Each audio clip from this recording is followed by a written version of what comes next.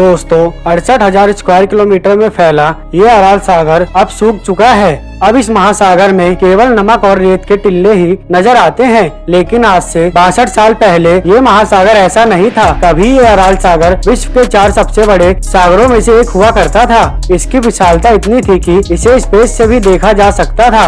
मगर ऐसा क्या हुआ कि आखिर ये अराल सागर अपनी ही रेत में कहीं गुम हो गया? आखिर क्यों ये खामोश पड़े जंग खाए जहाज हमसे कुछ कहना चाहते हैं? दरअसल ये कहना चाहते हैं कि यहाँ की सरकार को सब कुछ पता होते हुए भी अराल सागर को क्यों मार दिया गया। एक समय ऐसा भी था जब इस विशाल सागर से बड़े पैमाने पर मछलियाँ पकड़ी जाती थी। माइग्रेटिंग बर्ड यहाँ आकर रुका करती थी। यहाँ के 60,000 लोग अपनी जीविका इसी सागर से चलाते थे। साल 1950 तक अराल सागर पर किसी की भी नजर नहीं गई, लेकिन सेकेंड वर्ल्ड वॉर के बाद सोवियत संघ के नेता निकिता गुरुसचेव ने आर्थिक उत्पादन बढ़ाने के लिए कई बड़ी जल परियोजना बनाई। इसमें मुख्य रूप से कपास के खेतों के लिए और कुछ हद तक अराल सागर के आसपास की भूमि को कृषि भूमि में बदलना शामिल था। उस समय मुख्य उद्देश्य मध्य एशिया और उज्बेकिस्तान के बाहर और अंदर कपड़ा कारखाने को कपास बांटना यानी सफेद सोने का निर्यात करना था। 1960 से 1980 के बीच कपास का उत्पादन लगभग दुगना हो चुका था। सोवियत संघ दुनिया के कपास का 1/4 उत्पादन कर रही थी। हालांकि बाद में कपास के उत्पादन में काफी कमी आने लगी। इसके चलते कपास के उत्पादन की वृद्धि के लिए अराल सागर तक जाने वाला पानी मोड़ दिया गया। बस यहीं से अराल सागर के अंत की कहानी शुरू हो गई।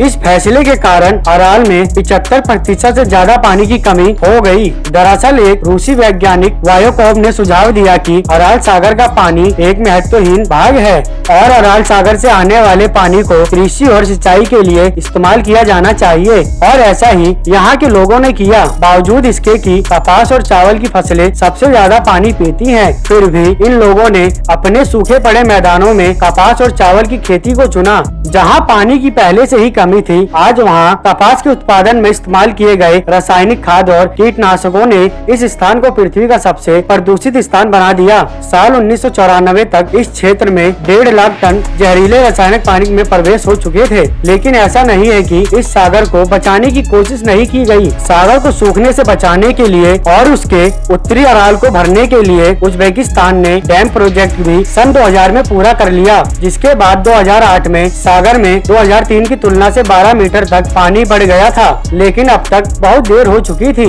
इस प्रोजेक्ट के चलते ग्लोबल वार्मिंग का असर और ज्यादा खतरनाक हो गया था और सागर के सूखने का सिलसिला यूं ही बरकरार रहा। तमाम कोशिशों के बावजूद सागर की स्थिति को सुधारा नहीं जा सका और पहली बार अराल सागर पूरी तरह से सूख गया। क्या अजीब विडम्बना है कि जिस व्हाइट गोल्ड यानी कपास का टॉप एक्सपोर्टर बनने के लिए उज्बेकिस्तान ने अपने अराल सागर को मार दिया, वो आज कपास के एक्सपोर्टर की लिस्ट में टॉप 10 में भी शामिल नहीं है। दोस्तों, ये रही एक सागर के विलुप्त होने की कहानी। पर क्या आपको पता है इंडस्ट्री रेवोल्यूशन की वजह से और कितने ही तरह के जानवर, पक्षी और पेड़ पौधे आज हाल में ही विलुप्त हो चुके हैं। ये अराल सागर उज्बेकिस्तान और कजाकिस्तान के बीच में आता है। अराल सागर का पानी तो सूख गया है, लेकिन जमीन पर अत्यधिक नमक वाले बालू की परतें आज भी यहाँ मौजूद हैं। और जब तेज हवाएं चलती हैं तो ये नमकीन बालू उड़कर एशिया में जापान और यूरोप के फिनलैंड या स्वीडन तक पहुंच जाती हैं।